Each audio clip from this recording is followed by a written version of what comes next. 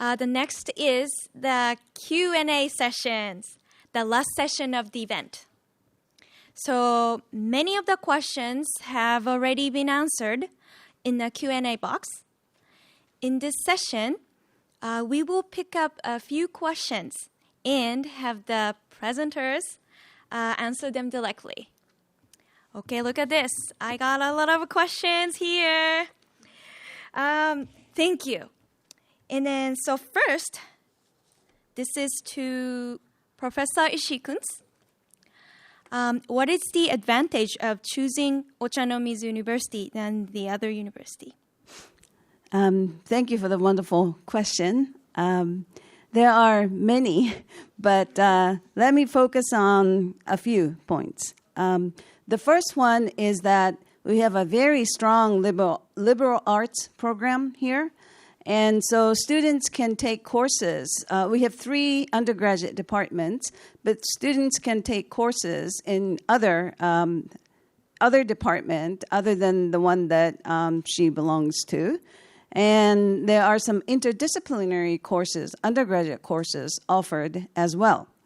Number 2, we have excellent graduate program in natural sciences, humanities, and social sciences. And we are the campus in which we have students or babies of students all the way from, infant all the way to PhD students. And so anyway, the second point is that we have a very strong graduate program as well. And thirdly, this is a point that I talked about in my opening speech, but we have a very close relationship between faculty, between professors and students. We offer very small size classes, seminars, and our students are supervised by professors for their graduation thesis, master thesis, and doctoral dissertation. So I think small student population is definitely our advantage as well. And then finally, this is a very important point for Ochanomizu University. We are the university educating women. And in relation to that, I think there are many advantages. For example, I think we have, it is true, unfortunately true, that we still have sexism in all parts of the world. But in our university, we have more equality, or I should say gender equality emphasized education. And a lot of students who come here as an undergrad, they take courses in related to gender issues, and they learn a great deal about the importance of gender equality and so forth, and also diversity inclusion. Also, at our university, we offer partnerships with other universities in Tokyo and outside. So students, even undergraduate students, can take courses at other universities as well. We also have, I think, worldwide, women's universities tend to be smaller in size compared to co-educational universities. And that smallness also contributes to a very strong bonding between alumni and our current students. And our alumni association is very strong, offering all kinds of pieces of advice for our current students. And finally, we offer excellent education for those students who want to become leaders. Now, I'm not talking about like the world, the top leaders. Some of them, yes, I hope that they become top leaders. But I'm talking about women who are interested in taking leadership at all different levels, can learn about the importance of leadership, different styles of leadership, which I think is a definite advantage of us being a university educating women. So again, I can go on and on forever, but I'm going to stop here. Thank you for this wonderful question. Thank you very much, Professor Ishii-kun. Yes, actually, we have a lot of advantage to choose Ochanomizu University. Okay, so next is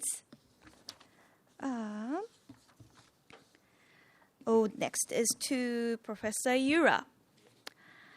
Does the university offer food science as a master course, Professor? All right, so the question was, does the university offer food science as a master course? Of course, the answer is yes. We have a department of specifically for the life. Sorry, I forgot the name of that department. But anyway, it offers food science in undergraduate as well as graduate in master and doctors. So the answer was yes. Thank you very much. Okay, the next questions to Koto. When do you feel it was a good choice of you to study at a women's university? Okay, thank you for the question. And it's similar to the first question. I'm being here for 5 years, so I found a lot of good things to be a women's university student. But the biggest things I think is we can be strong by both mentally and physically and be independent. For example, when we do research, we need to move heavy apparatus. Then there's no man around here, so we need to move them by ourselves. And when we have a class or a project, all of us can be a leader, something like this. And if you want to study science in Japan, I guess it is not it is still low percentage for women to study science in Japan. But here at Ochanomizu University, 100% of students are women, so we don't have to think about we are minority or something like this. And this is my answer. Thank you very much, Koto. Okay, let's keep going next is to Juliana. So how to get a scholarship at the university? Thank you for your question. I think the slides before in the previous presentation have pretty much detailed the kind of scholarships that one can get to study in Japan. But specifically for this university, there are, I would say, 3 kinds of ways that you can get a scholarship. One is through the MEX, the Ministry of Education, Sports, Science and Technology of Japan. So it's like a national Japan government-funded scholarship, which is also the one that I've got. And apart from that, there are also private scholarships by different organizations. And one more way is after you're already a private-funded student and you got into Ochanomizu, after that, you get information from the International Affairs Office whenever a scholarship possibility arises. So you can also switch to being a scholarship student even after getting into the university.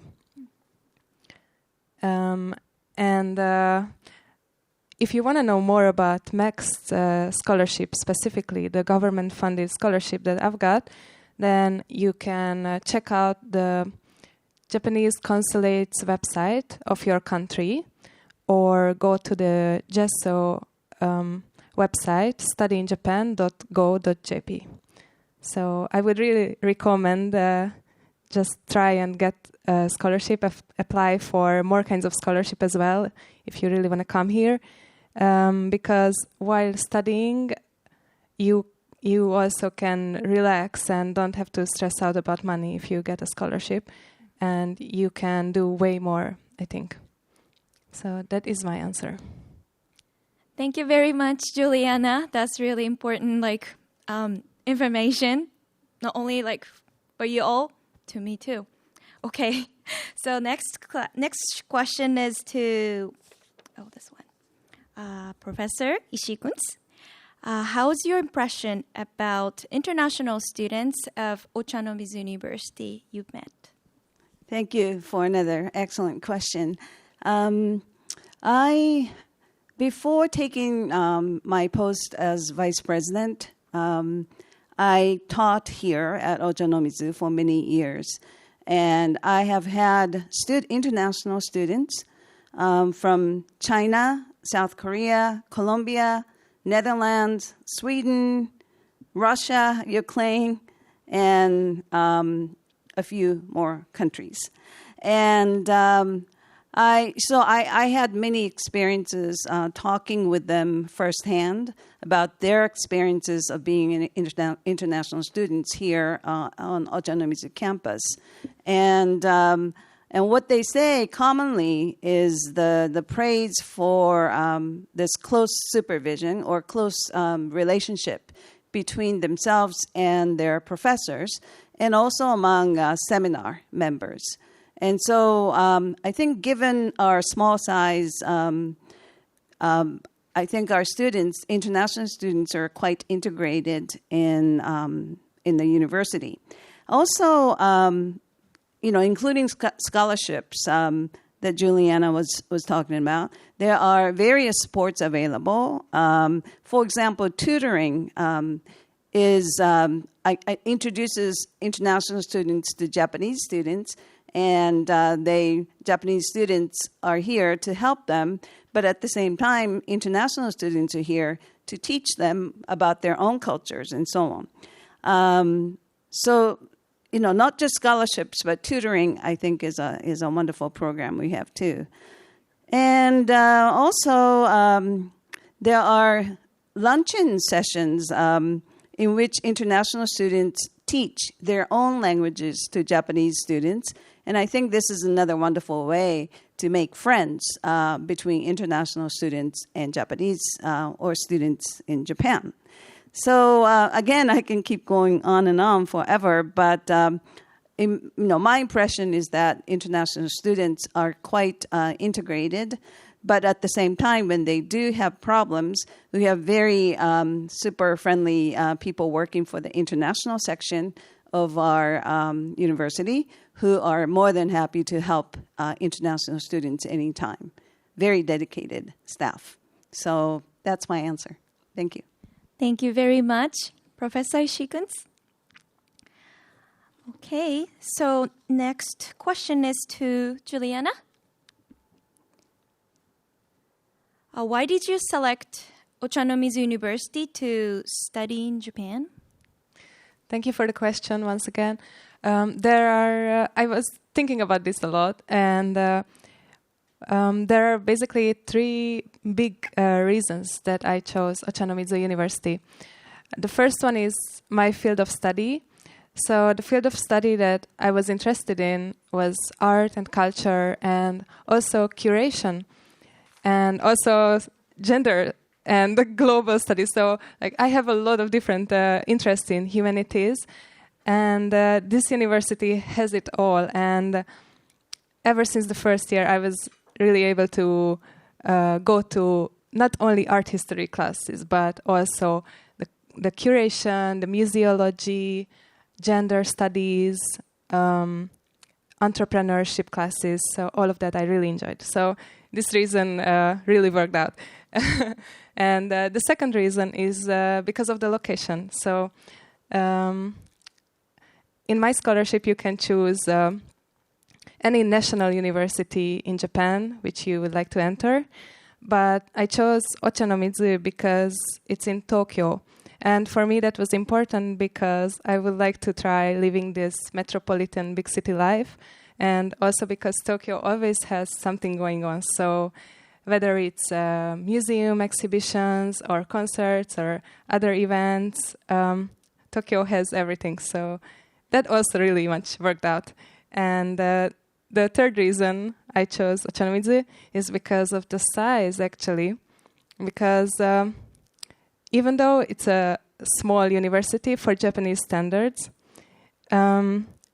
it's really positive because it is providing this intimate study environment where students can really get to know each other and can talk to the professors freely and make a connection.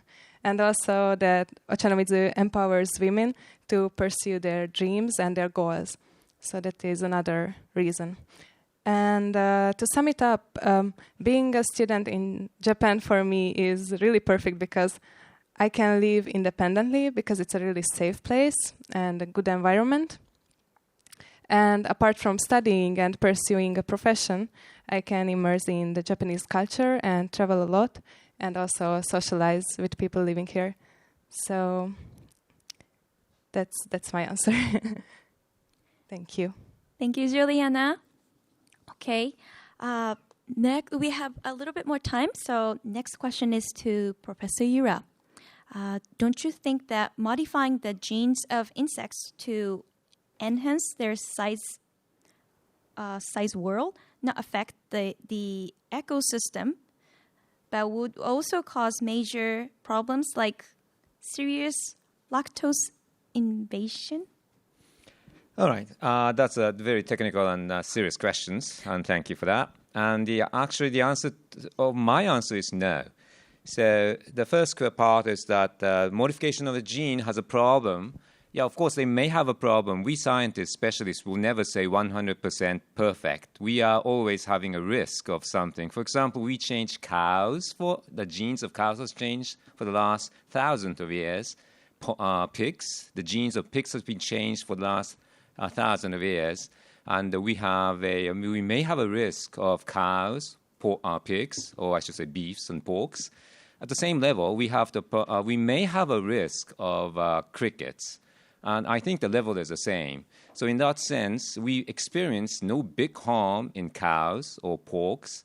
In the same level, I think, or we believe, we can have no problem on crickets too. And we may have a problem in the future, and we're taking lots of cares not to have the changed crickets outside. We keep them in the factories, or we keep them in a box. We'll make it never escape from that field. So the answer should be no, we don't have any problems. And let's hope so. That will the problems will never happen. That's my answer. Thank you very much, Professor Yura. Okay, we have a couple minutes left. All right. This is to Koto. So how did you grow and love chemistry? Do you have any tips for those pursuing these types of courses? Okay, thank you for the question. And how did you grow? Okay, I was quite normal girl in the countryside, but I loved the science. For example, this desk, this microphone, these clothes are made of some chemical reaction, and I wanted to know much more about these stuffs. And after I entered the university, I did some experiment, and this get me more like sciences. So my advice is if you are interested in science-related matters or natural phenomenon, whatever, please treasure your feeling and just keep doing your subject from your school. And after you are getting into the university, you can learn more about much deeper, and you can find more, more, how can I say, more things. Okay, this is my answer. Thank you. Thank you, Koto. Okay, so this is going to be the last questions to Professor Yura. Do you offer degrees in biochemistry, medical technology, and biology? All right, thank you for the question. So biochemistry, yes. In the Department of Chemistry, I think that degree in the biochemistry is provided. Medical technology depends. So it depends on the definition of the medical technology. We do not provide a degree in medicine. We don't have Department of Medicine. So if you are interested in the basic medical application, then we can do that. In the Department of Biology, we are doing some basic technology, and we can provide a PhD course in the biology, which is somewhat related to the medicine. And the biology, of course, yes. We have the Department of Biology, and we provide a degree in the biology. So the answer is, it depends. All right. Thank you very much, Professor Ira. All right. We've received much more questions. I have left here a lot. But due to the time limitations, please let me end this Q&A session. Thank you very much for all the questions.